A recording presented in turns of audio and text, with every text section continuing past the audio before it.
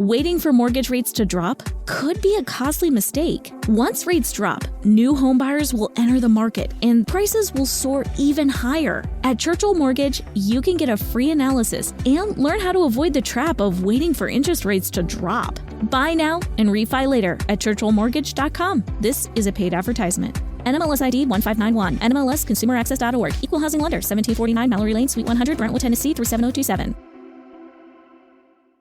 Come unwrap some holiday magic this season in Denver, where the lights are brighter and the shopping is grander, where the season feels a whole lot more wonderful. Discover great hotels and more things to do at milehighholidays.com.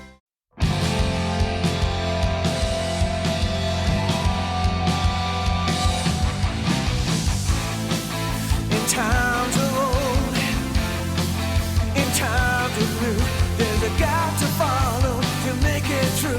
It's the pop culture field manual. Welcome back, everybody, to another episode of the Pop Culture Field Manual podcast, sitting right at the intersection of weapons, action, the military, and pop culture. I'm one of your hosts, Israel Wright, former Green Beret, and with me, as always... Thanks, Izzy. What's going on, everybody? My name is Cameron Fath, former Army Ranger, and you are tuned in probably from your cars, and we're saying this because we know it's true. You are in your cars, and you are tuned in to an episode all about cameos. Not cameras, cameos. Not Cameron. Izzy, not Camerons, cameos for the third time. Izzy, what is a cameo? Because I had to Google this when you suggested did too, it. And I think it came from a French word, cameo, which means to appear briefly. No, I don't know what it means actually, but a cameo is basically when maybe a celebrity or somebody kind of maybe outside the acting world, if you will. It's basically a short appearance in a movie. I guess maybe it doesn't necessarily have to be a non-actor or non-acting celebrity, but it's just basically a short appearance in a movie. Sure. This is, you're going along in your movie and all of a sudden, Charlton Heston's there, like in Tombstone. Yeah, you're like, what? They're like, oh, Charlton Heston's in this movie. He's like a huge actor with a legendary career, and he just has like 30 seconds in this movie. I gotcha. So that's a cameo. Yeah, it's just a short. It can be the cherry on top of a sweet strawberry shake of a fine film, or the thorn in the bottom of the shoe of a bad one. Sometimes the cameos are good. Sometimes the cameos are not good. So it all depends good on how they're inserted and who it is. I.e. Jimmy Fallon in Band of Brothers. That would be an example of a not good one. I mean, why don't we just open it up with that one? Because that one pushed me through a loop. I was like, what the hell is Jimmy Fallon doing anything near a World War II movie? Or, I mean, TV show. Sorry, TV show. And he was just, was in it for he's just like driving a Jeep or something, or he's in it for like a couple of... He says a couple lines. They go talk to him, but literally it's for 20 seconds. And then that's it. And you're like, okay, I guess he's gone now. It's like Jimmy Fallon. What's the deal? I didn't know, I wonder what his interest in doing Band of Brothers was. Well, it had to. I think a lot of times it's somebody's like a big fan, and they either make a direct plea or they have their people reach out, and they're just I think Jeff Bezos was in Star Trek Beyond. Yeah. He was an alien. You would never know it was him, but he's such a big Star Trek fan. He's like, I want to be in a Star Trek movie. And so they're just like, well, you have all the money in the world. I guess we'll give you a bit part in this movie. Yeah, I mean, that's super cool too. To think that some of these high level actors are actually fans of lower productions. Not calling Marvel low production now, but Matt Damon in the Thor franchise. Right. Yeah, that threw me through such a loop. I mean, everybody wants to be Marvel now, right? They had the cameo at the end of Spider-Man with what's his name? He can't stop punching himself in the face. Oh, Bruce Campbell. Yeah. I'm sorry, it wasn't Spider-Man. It was the Multiverse of Madness. Yeah, the Doctor Strange one. And yeah, Bruce Campbell. He was awesome in it, by the way. But yeah, that cameo was super awesome. One of my favorite cameos, and it's so appropriate for this podcast, is in Pulp Fiction, when they're explaining the importance of Bruce Willis's watch, like why he's Oh yeah. like why Fucking he's Christopher so Walken? yeah, Christopher Walken, he like comes in, he's like, your grandfather gave me this watch, and he like was a Vietnam veteran, just like splitting those zipper heads, like so crude, talking to this little boy, and he's just like, he carried around in his asshole for months at a time, not making sure that the Vietnamese could, find it. He brought it home to you, yeah, and that's it. That's a perfect example of a cameo, or just like ones that like are just kind of out of nowhere. Like, was it Tyler Perry in the first Star Trek reboot? With What? Chris Pine? He just plays an admiral just randomly. Really? And he's like at this hearing. I'll That's be honest. it. That's all. That's all you see. It's Tyler Perry. I have a confession. I don't even know what Tyler Perry looks like, but he's one of the most profitable actors in Hollywood right now. Well, he's not an actor. He's like just he is an actor too, but he's mostly known for being a producer. Like he's a big time producer. He's got the Medea movies. He's a black dude. He's got his own studio. Oh yeah, that's what that dude looks like. I always forget what he looks like. Yeah, he's like a powerhouse, man. Yeah, he's a powerhouse. He's an industry. I hear about him himself. all the time because he pushes out movies. Like if we went to his IMDb, how many credits do you think he has? I'm going to say 176, but he's probably going to have just as many producing credits as he does acting credits. Yeah. Why are you saying that's an oddly specific number? Why are you looking at him on IMDb right now? No, I'm just looking at his face, his beautiful face. I want to make sure it was the same guy I was thinking of. So. Yeah, no. Medea. How many Medea movies are there? I mean, it's like 39. Like 39 or something. Yeah, nuts. But yeah, Tyler Perry. Oh, man. Yeah, he's doing really well for himself. But, yeah. Actually... Have you ever done any war movies? I wonder if Tyler Perry's ever done any war movies. I think he has, actually. Really? Yeah, let's look at that real quick. Tyler Perry in a war movie. He's working on a zombie movie and a World War II movie, apparently. Oh, really? Apparently. I mean, technically, you could kind of call any Medea movie a war movie because shit goes down. It's a war just to get through it. Yeah. Just to get through the day with Medea. Well, anyway, man, let's get into the we've already had some great suggestions kind of from the wider world of pop culture, but let's get into the more focused, kind of more militaristic cameos that we have. Sure. And the first one I have on here is from a recent release from the Terminal List, episode 3, Jack Carr, who is actually the author of the Terminal List books, and many more. He has a small cameo in episode 3 where he gets blown away by Chris Pratt. Yeah. He's like, I remember this specific scene because it was like the first experience that Chris Pratt, or what's his name, James Reese. James Reese. Yeah, James Reese, the character James Reese. It's the first experience that he pretty much had that like proved that some crazy shit was going on because everyone thought he was just being paranoid. Right. Well, I think it was the one that really proved to Constance Wu's character. Yeah, the journalist, the reporter. That the journalist like he's not crazy around. Yeah, he's not joking around. Like they're just like, oh, I'm kind of I'll hear what he has to say because he's like super paranoid, and his mom, I mean his wife and daughter just got murdered, so I'll be like sympathetic. But yeah, for those of you that spoilers ahead, they're sitting at a luncheon and like. She meets James Reese, Chris Pratt's character, at the lunch, and like he's like, obviously she's super normal because she's just like, I'm a regular person, he'll have this. Like he's just like, I don't want anything to eat. He's like, I'm here for fucking business. And then she like orders him something, and then he like sees this guy that 100% looks like some operator, and it happens to be Jack Carr. It's so funny. Yeah, he's like totally like the one thing about, I will say, side note, the one thing that like I do all the time is look at like men and just try to identify what they do. Like you can absolutely just out on the street. Yeah, you can absolutely identify special operation guys just how they look. I've done it before successfully. Like for example, I went to like this party with one of my National Guard buddies, and like there was this guy that we've never met there, but he had he was semi built, like he was in pretty good shape, but he was wearing black all-star Chucks. And that is like, usually, I know you're going to be like, well, what's the significance of black all-star Chucks? And they weren't just like brand new, because usually people like to go out in like nice shoes, so like clean shoes and whatnot. But these shoes were a little tattered. They had some sweat stains on them. Like he's worked out of them and he doesn't give a shit about them. And in special operations, black Chucks are like the shoe. Like I used to wear black Chucks all around. Everybody has a pair of all black Chucks in special operations. I mean, nowadays anyway. So I like saw him and I was like, hey man, what unit are you with? And he's like, I'm a Marine Recon. Or no, he said he's like a MARSOC. And I'm like, yeah. He's like, how'd you know? And I was like, you're fucking Chucks. Yeah. So like that's, I mean, you could totally tell who like a contractor is, who like any type of military veteran, just because they dress like it. You know, they usually have a beard, they wear a trucker hat, you know, some sort of military shirt or an outdoorsy shirt, some cargo shorts. Yeah. Yeah. And yeah, so he sees this guy approaching and he's like, we need to go.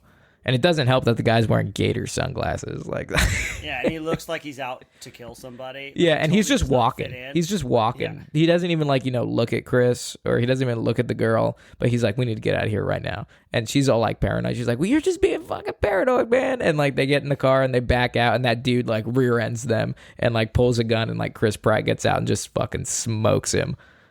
Yeah. And then it's over pretty quick. It's over real fast. Within the parameters of a legit cameo.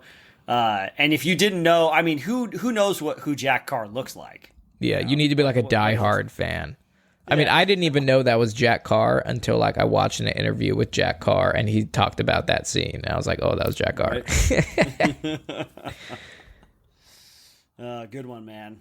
Yeah, that was a good pick. What about when Marcus Luttrell was in Lone Survivor? Yeah, man. Yeah, legit. Yeah, totally legit one. This is where there's a few where, like, the real people, especially when it comes to military stuff, the real people are actually in the movie that about the situation of their lives. Yeah. He was in it pretty quick. It's the scene where Taylor Kish and Emil Hirsch are racing towards the beginning of the movie. They're racing in the beginning. around the corner, and all the dudes are at the picnic table, and then they ask the younger dude, like, who won the race, and he's like hemming and hawing, and then they all kind of like leave. And I remember Marcus Luttrell, like, he's like, hey, I got something for you to do. And he just tips over his coffee and spills it on all the papers on the desk, on the table, and then walks away. He's like, clean this up. Yeah. Yeah, that's funny. I didn't realize I was Marcus Luttrell too until I rewatched it the other day. I was like, oh my God, yeah, that's totally Marcus Luttrell. Do you know who else makes a cameo in that movie that was like super weird? Huh. Do you know who Dan Blazarian is? Oh, Dan Bilzerian? Yeah, he's like the bad boy of the, like, I don't know. He's just a bad boy. Yeah, he's like a bad boy. He always hangs out like smoking hot chicks and like smokes a bunch of weed and has a bunch of money from like his poker days and whatnot.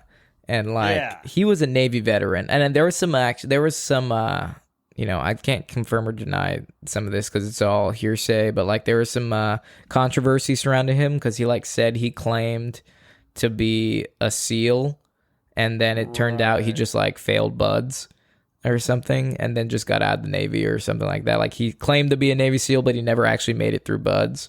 But yeah, I have no idea. Probably is 100% true because he seems like the guy that would do that.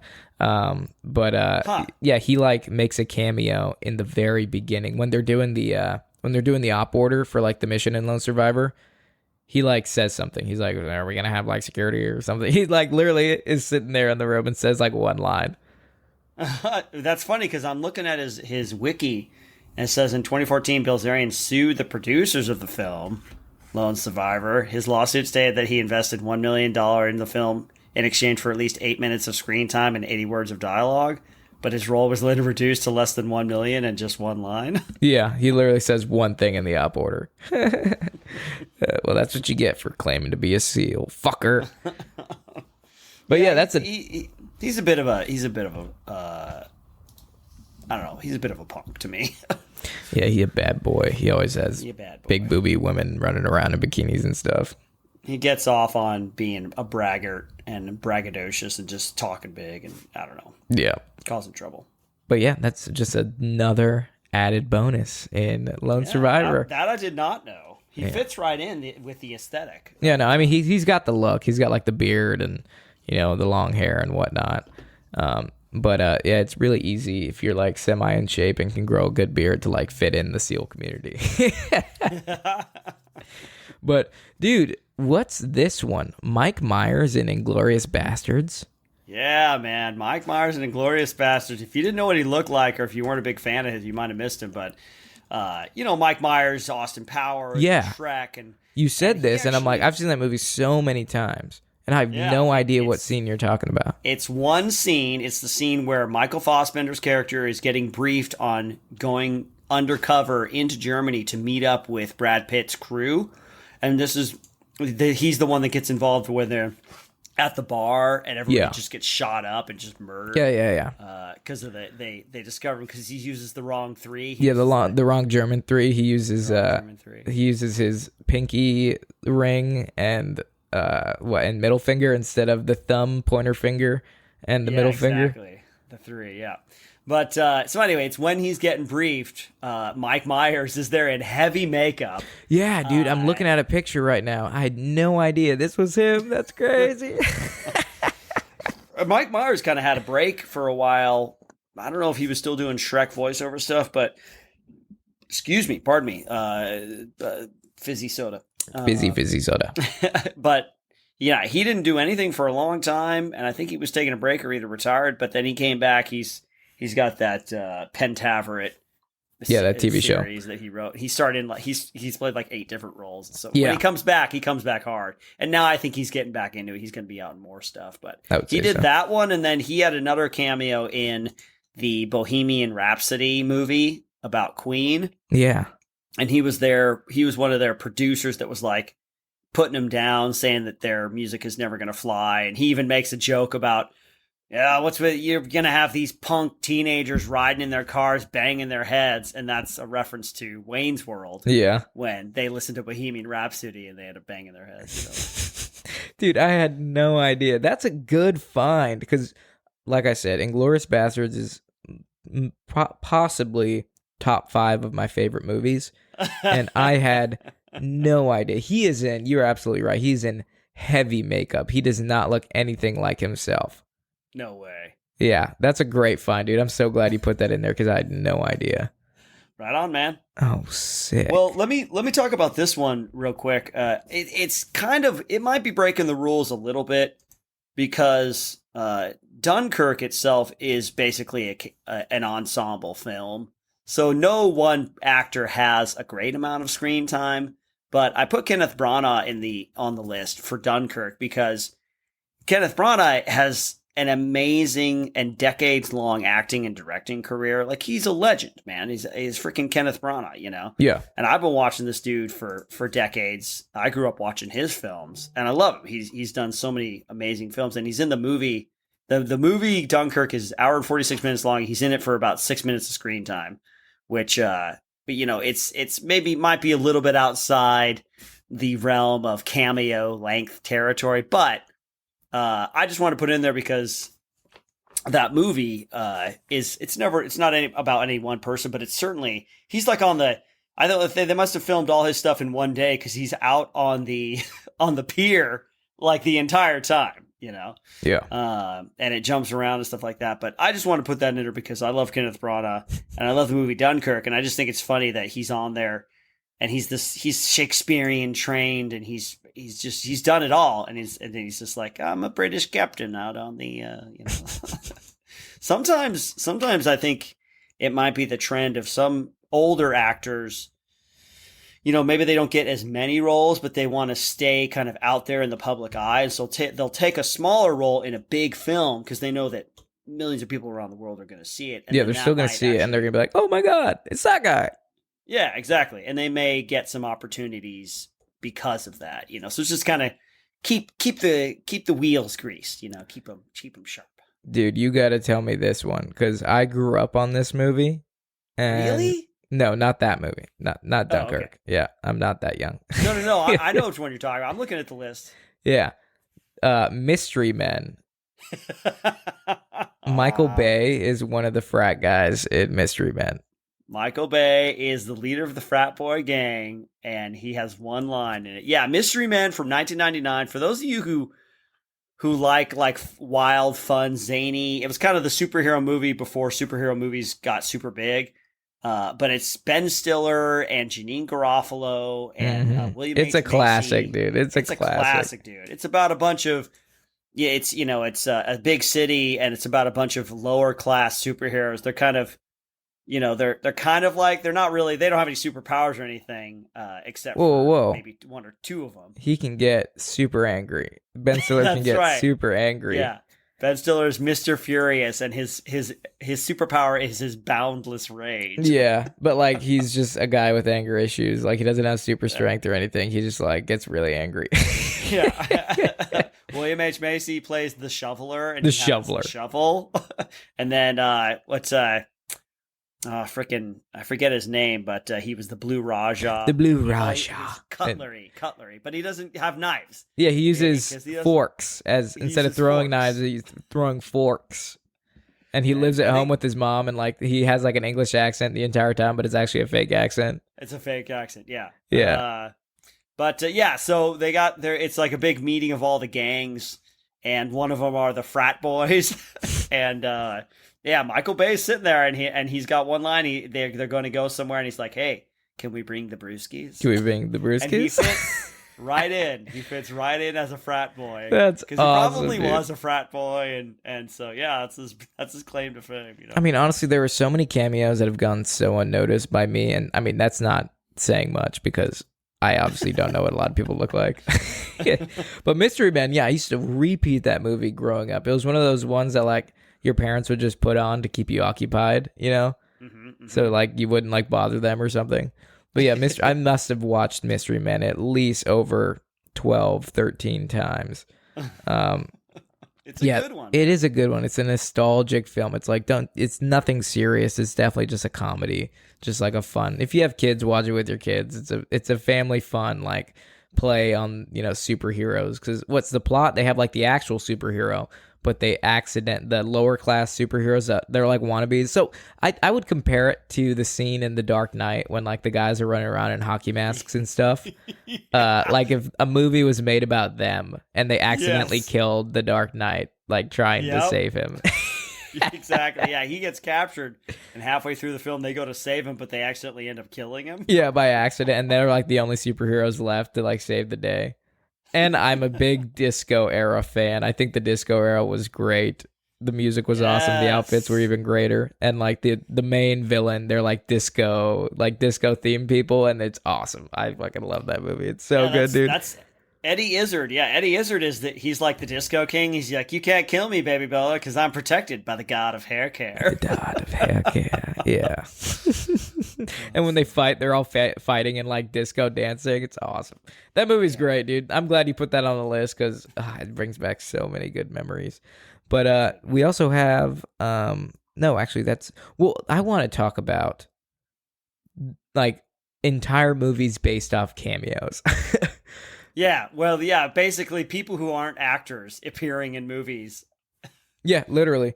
Like, we've talked about Act of Valor before on this podcast, which is about the Navy SEALs. But the entire squad of Navy SEALs are actual Navy SEAls. Yep. Yeah. It was a pretty unique production where they actually got real, I think it was, I don't know if they were actually SEAL Team 7, but they got actual Navy SEAls. And you could tell because the acting is not good. Not good at all. But I mean, it's an entertaining like military movie. Like they do all the things right, like all the weapon handling and whatnot.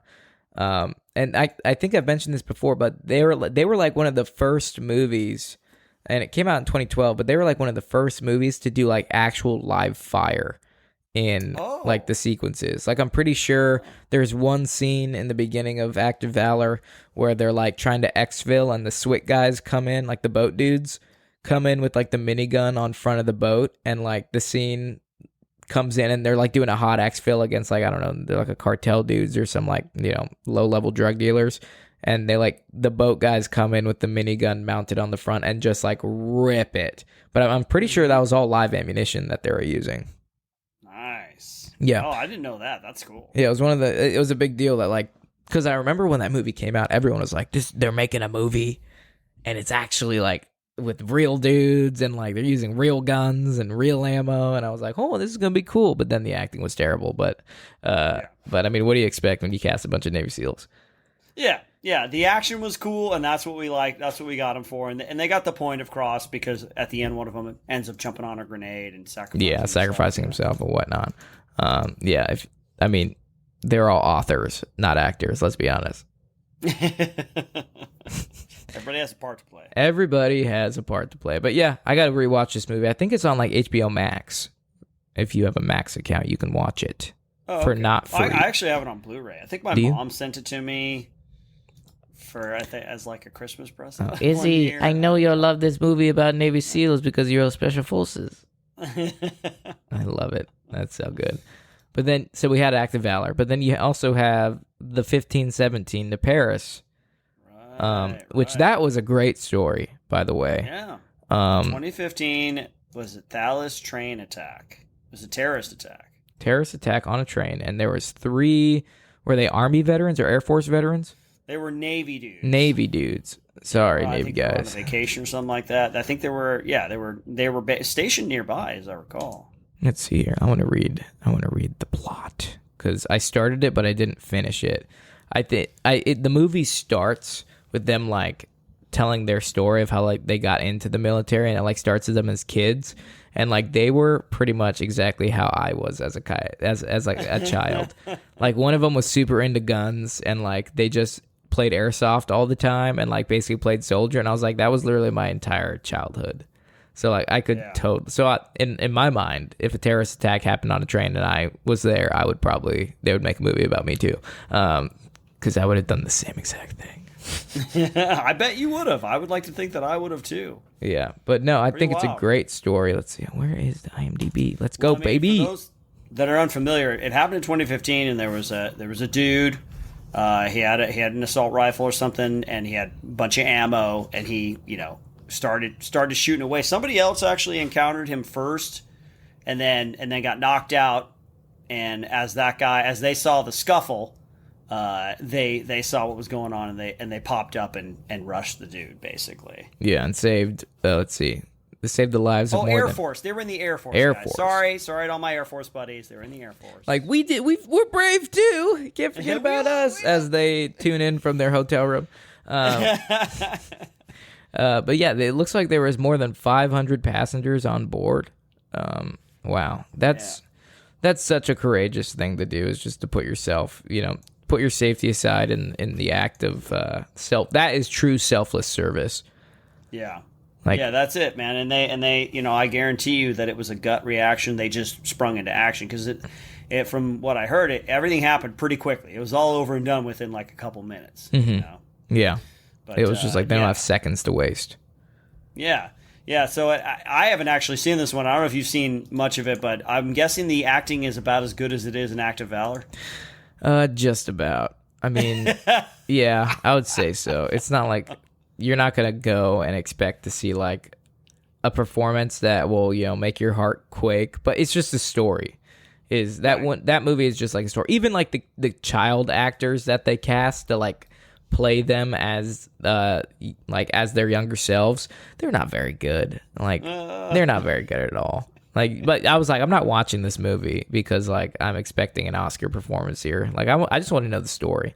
But it's definitely one of those I got to finish. I started it. It's I have to finish just because it's such a good story, and I think it definitely portrays the military in like a really good light. Because I mean, it's a true story, and it just shows how like soldiers will literally put their safety aside to make sure everybody else is okay. It's like that guardian. Yeah. It's that guardian mentality. Yeah, man. Yeah, it was directed by Clint Eastwood, and it's one of those movies that you're glad that it exists because at least there's like some sort of like record, or some sort of pop culture record, of it happening. Clint Eastwood has done a couple of movies like that. He did kind of the 2-part. He did Flags of Our Fathers, and then he did Letters from Iwo Jima, which is like from the other perspective. But I appreciate movies like that. Yeah. Well, I mean, I totally blanked out right there. Who directed this again? Clint Eastwood. Thank you, Clint Eastwood. I don't know why it just like left my brain. But Clint Eastwood, he's kind of known for like anytime he does a movie, he doesn't hire like big time actors. Yeah, he really he's kind of gotten away from that, and I think it's pretty cool. It makes for some interesting content. Like he starred in The Mule. If you ever saw The Mule, yeah, I saw The Mule. I think the biggest actor in all of Clint Eastwood movies are Clint Eastwood, and then everybody else he like. Because did you hear the story? This could be true, this could be false, but did you hear this? Like when he was doing. The holidays start here at Baker's with a variety of options to celebrate traditions old and new. Whether you're making a traditional roasted turkey or spicy turkey tacos, your go-to shrimp cocktail, or your first Cajun risotto, Baker's has all the freshest ingredients to embrace your traditions. Baker's, fresh for everyone. Save big on your favorites with the Buy 5 or More Save $1 each sale. Simply buy 5 or more participating items and save $1 each with your card. Baker's, fresh for everyone. What's the one where he plays like a Korean War vet? Gran Torino. Yeah, in Gran Torino, like when he was casting for it, he literally just went to like the place that they were filming it and like a local like family center and like casted a bunch of locals in it. That's like, pretty cool, man. Yeah, and that's like most of the people in that movie are like actually locals from the area. That's so funny. Oh, Bradley Cooper was in The Mule. Sorry for those of you screaming at shaking your fists at the radio. But yeah, Bradley Cooper was in The Mule. But no, that's pretty cool, man. Yeah, he I feel like he works comfortably outside the Hollywood system sometimes. Yeah, because he's such a big name, and you hear the name Clint Eastwood, and you're like, oh yes, I absolutely want to work with you. You know? No, absolutely. I think he's cool. Clint Eastwood is badass. Let's see. Yeah, dude. You want to talk about Dale Dye? Yeah, man. I wanted a special mention of Dale Dye because he is. If when it comes to military cameos, I feel like he's the king of military cameos because he is one of the biggest, war movie consultants around. Mm-hmm. If you've seen Saving Private Ryan and Band of Brothers in the Pacific, he's the guy who consulted and made sure everything was looking right. You know.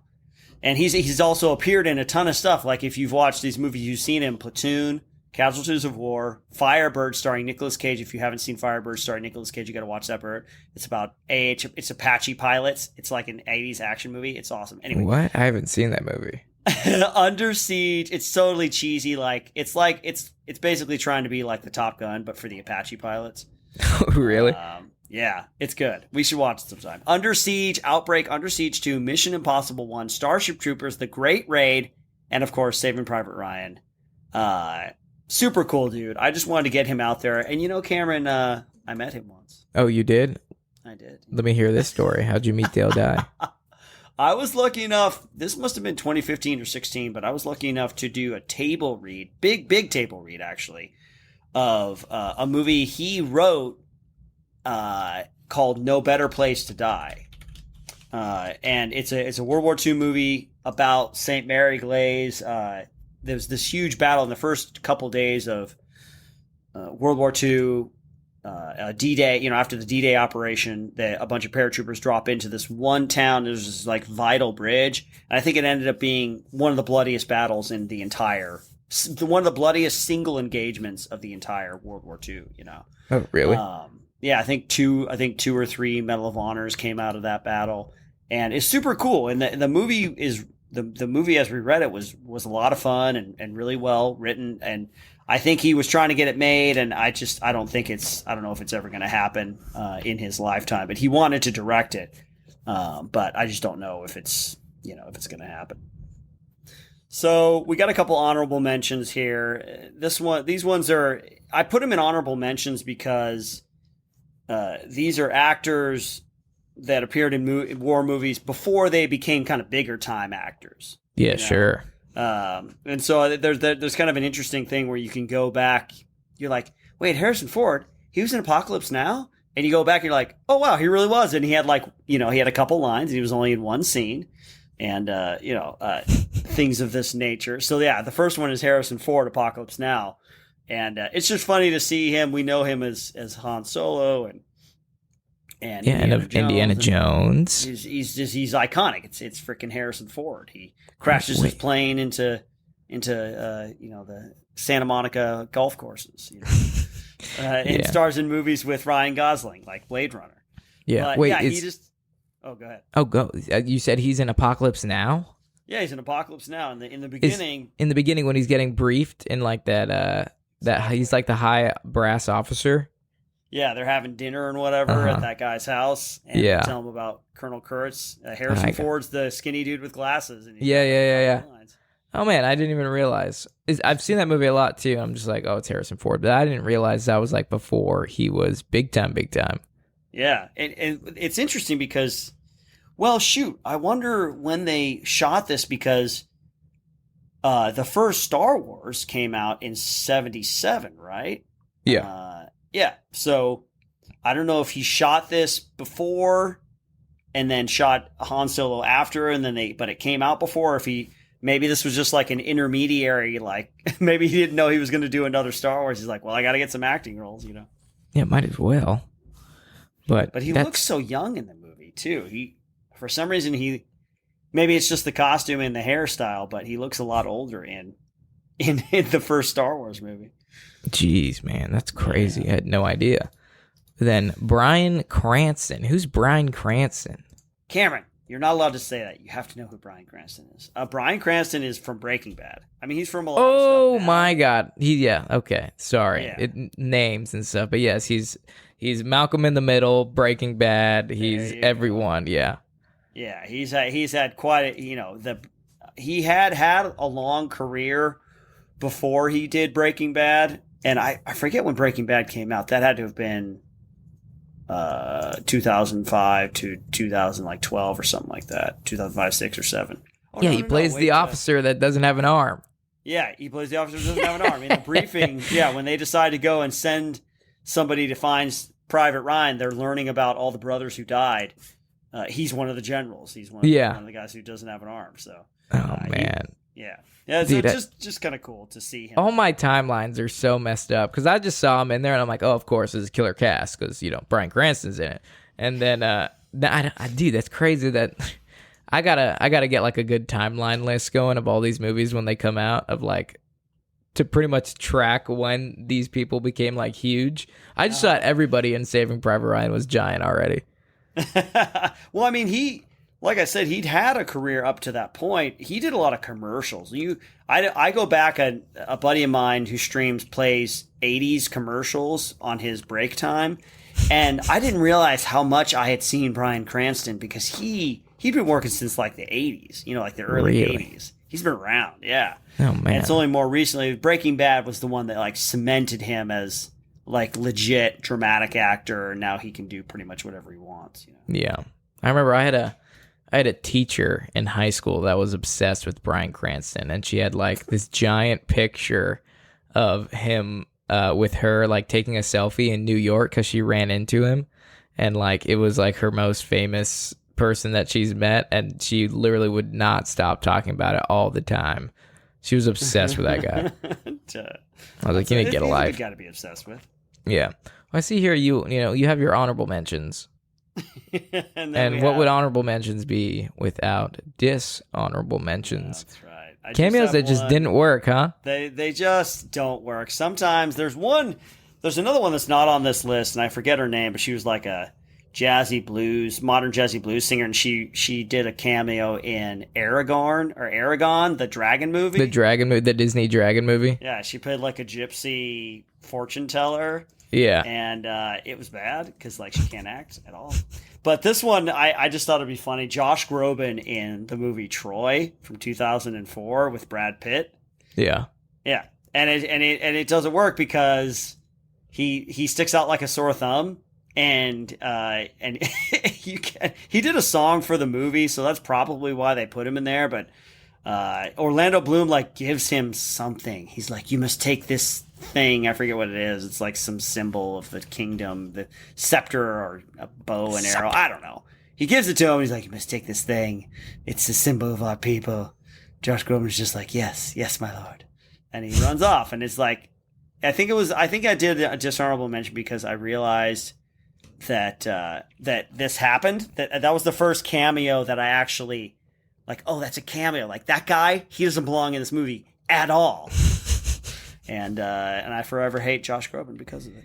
So Oh no, poor I hate him Josh personally. Do you?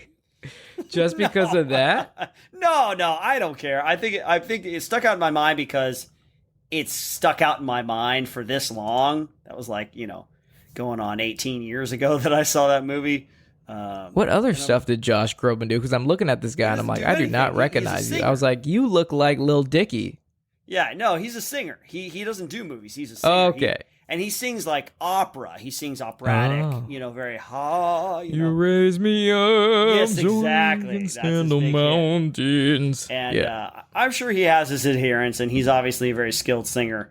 But he didn't belong in the movie Troy. Okay. But whatever. I mean, hey, singers, sometimes they get big enough they can do what they want. So. Yeah, absolutely. Like, speaking of singers, and I don't want to call this dishonorable mention because I thought it was really funny when I saw it. When Keith Richards was Captain Jack Sparrow's father in Pirates of the Caribbean. Yes, exactly. But he fits. He's like... Well, you know why? Because he's all methed out looking. Well, also, it might have been because Johnny Depp had said that he had based his character Jack Sparrow off of Keith Richards, like his mannerisms and stuff. So that might have been. Oh man. Well, and then taking it even farther down that list is Pirates of the Caribbean. I think has that's one of those franchises that they're beating to death. But I'm glad they are because even they're still enjoyable to me. Sorry, man. I still enjoy them. But the most recent one, they had Paul McCartney play. Do you know this? What? No. Paul McCartney plays Jack Sparrow's uncle. What? Yeah, no, it's in the most recent one. I just watched it and I was like sitting there, and I've seen it before, but I was sitting there and there's like this scene in the beginning of the movie when they're like taking Jack Sparrow away, and he's like passing by some other prisoners, and he's like, Jackie.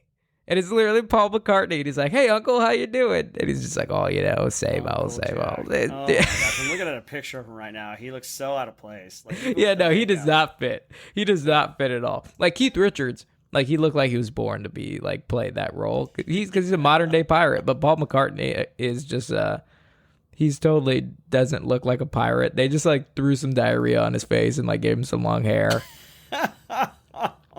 But yeah, dude, I thought that was super funny because I like didn't realize it. And I was pretty proud of myself because I was like, is that Paul McCartney? You recognize him. Yeah, I recognize him. I was like, yeah, he is totally not supposed to be there. Because I think Johnny Depp is like a musician. Does he also do music? He plays for he's like a musician now. He plays for a band called what is it? Is it Hollywood Vampires or something like that? What the heck? Yeah, that sounds like a band that Johnny Depp would be in. Yeah, let's see. They play like a bunch of covers. Hollywood Vampires, yeah. Oh man, I can't believe I got that right. But yeah, they have like no original music. They just play covers. Apparently, no, they probably have their own music, but I don't care enough to look into it. But yeah, Johnny Depp's a musician, so I figured when I saw these cameos of like giant old rockers, I was like, okay, it makes sense because like he probably is really well connected in that in the music industry. But yeah, I think it fits, dude. I think Keith Richards fits, but yeah, absolutely not. Paul McCartney does not fit. Note to self. Well, cool, man. Good list, man. We that's the end of our list, but we have a fan question and we got a game coming up. Oh yeah, who's this question from? This question is from Tori Hess via an email. Tori Hess wants to know, what's your guys' favorite holiday and why is it Halloween? Well, that's crazy, That's kind of a leading question. Yeah, because how'd you know? No, Halloween is Halloween is my favorite holiday, dude. I don't know. I'm a big spooky guy. I like spooky stuff. I like it's definitely not your favorite Halloween, that's for sure. It's up there, but it's not my favorite holiday. Yeah. I found reasons to like it as an adult more. I mean, when you're a kid, it's all about the candy, and then when that goes away, you're like, what am I doing? Yeah, now it's just about the fishnets. But that's right. Yeah, but no. Halloween is the one day a year that like women find the excuse to like dress like complete scoundrels and like can totally get away with it and not be judged, which is cool. But no, that's like not what my favorite part about Halloween is. I mean, I'm just like I'm really interested in like spooky stuff.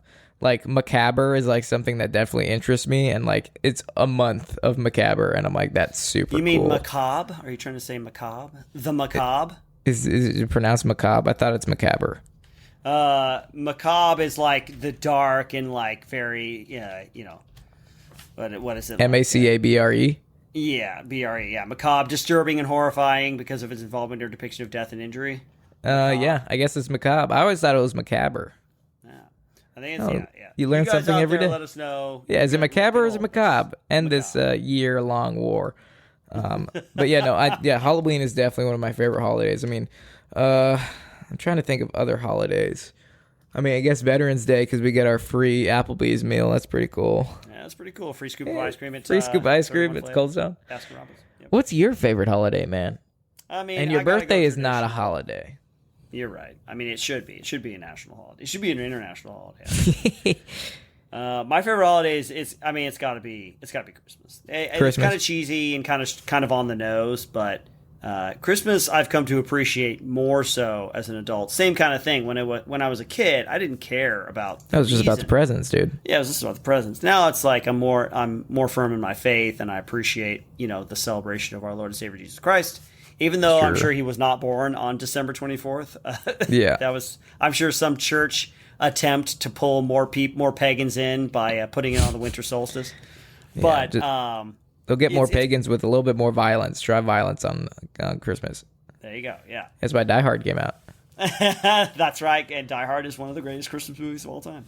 True. But it's no, I mean, the time with family and the time off, and I'm really looking forward to Christmas this year.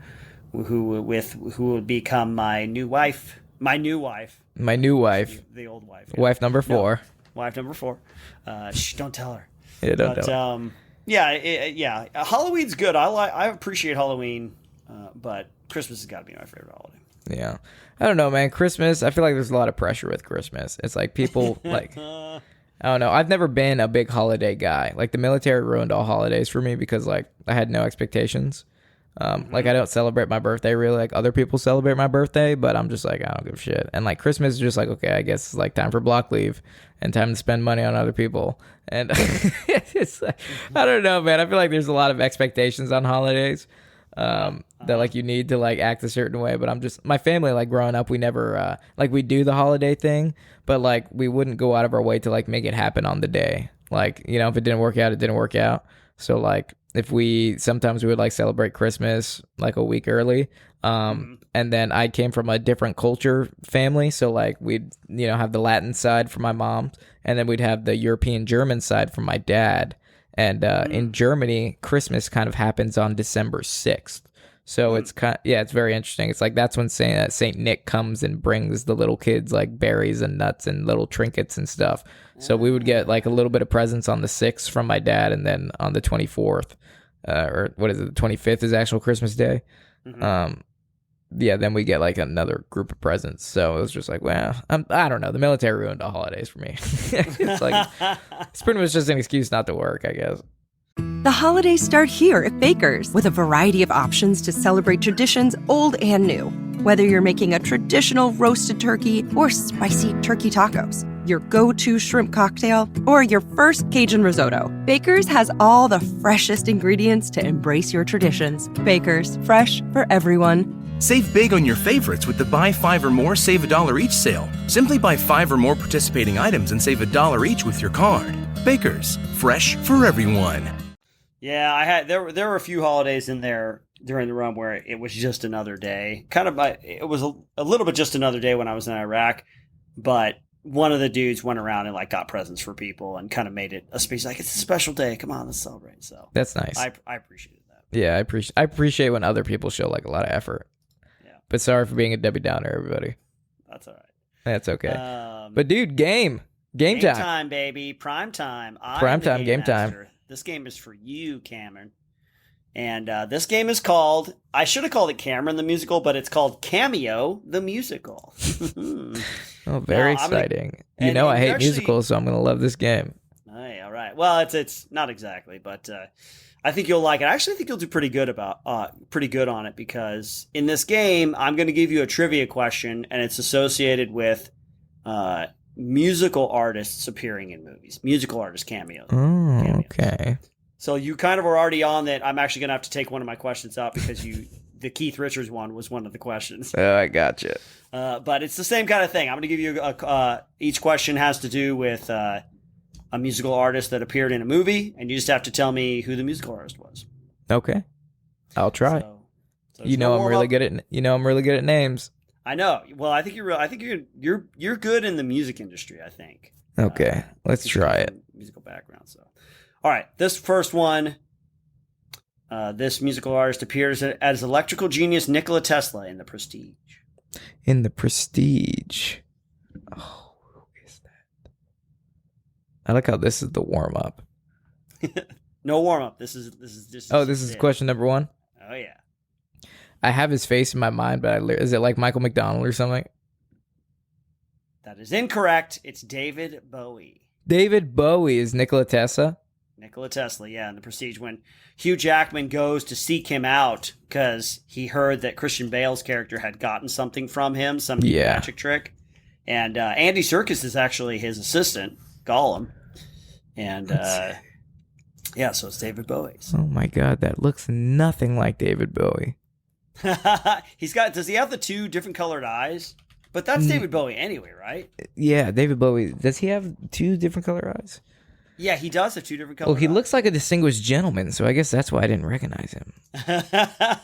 Yeah, he looks like, he's got a mustache and he's got well-kept hair that's not long. So, yeah. Damn, I had no idea that was David Bowie. Wow. He's got the cool stash. Yeah. Yeah. All right, man. well, let's keep moving on. Let's see. Yeah, keep it going, dude. This is very interesting. I'm learning a lot, despite my pathetic performance. This British pop star appeared in the epic war film Dunkirk. Oh, that's Harry Styles. Correct. It is Harry Styles. It is Harry Styles. Don't ask me how I know that. He's also appearing in an upcoming conspiracy movie called... This is a bonus question. Oh, I don't follow him that well. I didn't know. I'm not that big of a Harry Styles. Billboards The are what? around everywhere. Don't worry, darling. The billboards are up everywhere. Don't worry, darling is the movie. Don't worry, darling. Yeah. What's that conspiracy about?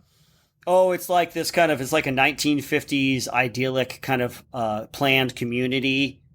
Chris Pine is some sort of like big time kind of leader tech guy, and they're working on something, but none of the women, none of the wives in the community know what it is. No. It's going to be very much like a Down with the Patriarchy movie. I can already tell. Interesting. Is Chris Pine and Harry Styles beefing right now? I don't know. Are they? I don't know. Apparently, there's like a video circulating that like at the last award show, like Harry Styles allegedly like spit on Chris Pines or something. I just see a bunch of shit online that like they don't like each other. Interesting. Oh, I wonder if I wonder if it'll show in the movie. Yeah, maybe they're just chumming the water. Yeah, maybe. Yeah, Get that good publicity. Oh yeah.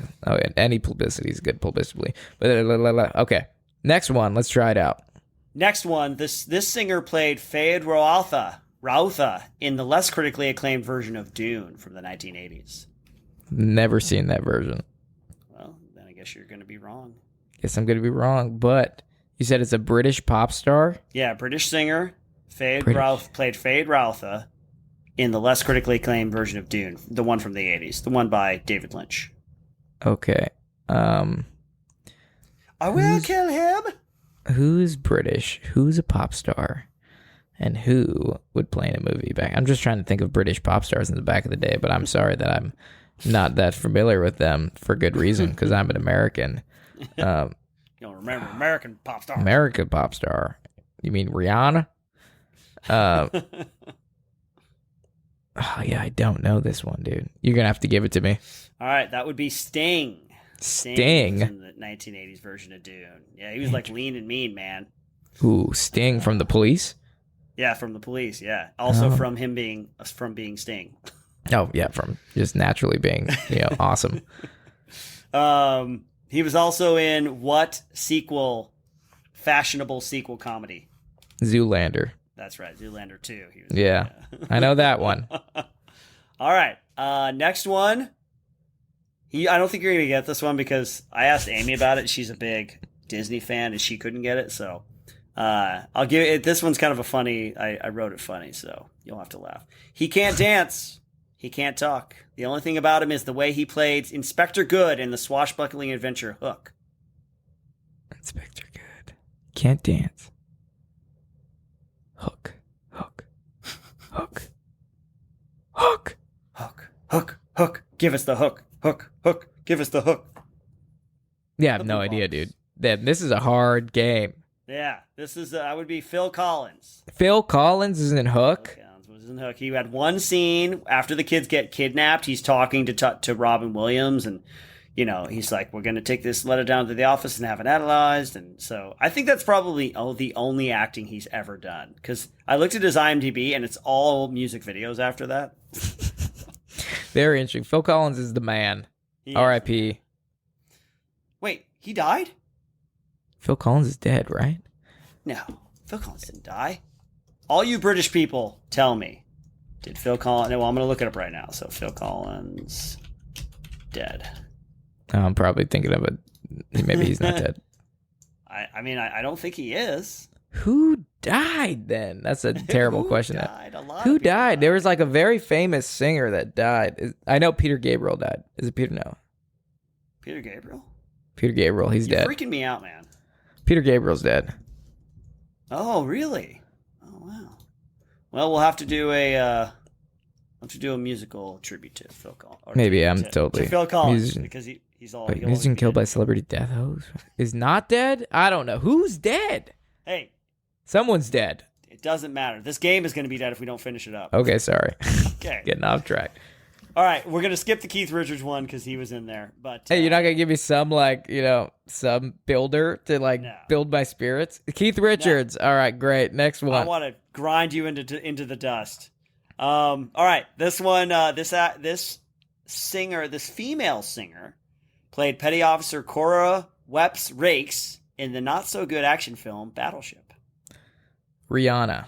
Hey, you got it, man. You got the Rihanna one. You just said her name. I'm like, oh, is he going to get it? Yeah, it's because I just saw This Is the End yesterday, and she's in that one.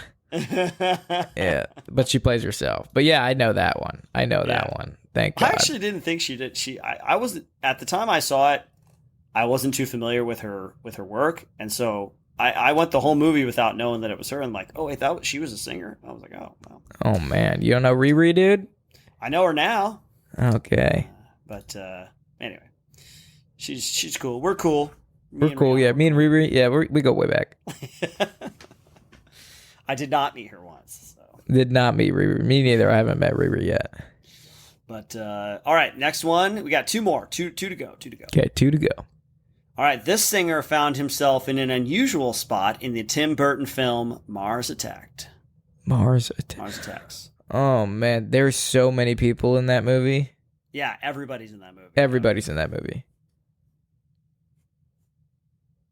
I mean, technically, I could say Jack Black because he's a musician too. Oh my gosh, you could. I actually, that's not who I was thinking of. I'll give you the point for that one. I'll give it to you. But can you tell who else is in it, or can you remember who else is in it? Gosh, no. There's so many people. I'm like trying to cycle through it, but there's so many people that I'm just like I can't even think of it. The one who did you think of was Tom Jones. Tom Jones. Not unusual to bet fun. Oh, he plays in Vegas. Yeah. He plays himself, basically. Yeah, basically. Yeah. He's an old school guy. He is. That's like saying, the members of the Rat Pack. You're right. I did get a throwback. Well, we got one more throwback. Not that far back, but I'll be surprised if you get this one. But I think you've seen this movie. It's a classic. But this singer thought Michael J. Fox's band was just too darn loud in Back to the Future. J. Fox's band was too darn loud in Back to the Future.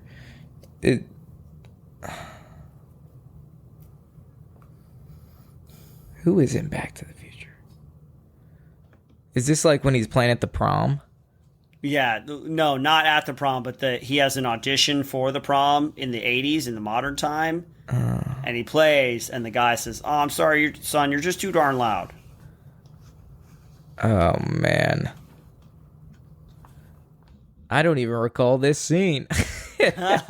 Well, I'll give you a hint. This artist's band also did the main theme for the first movie.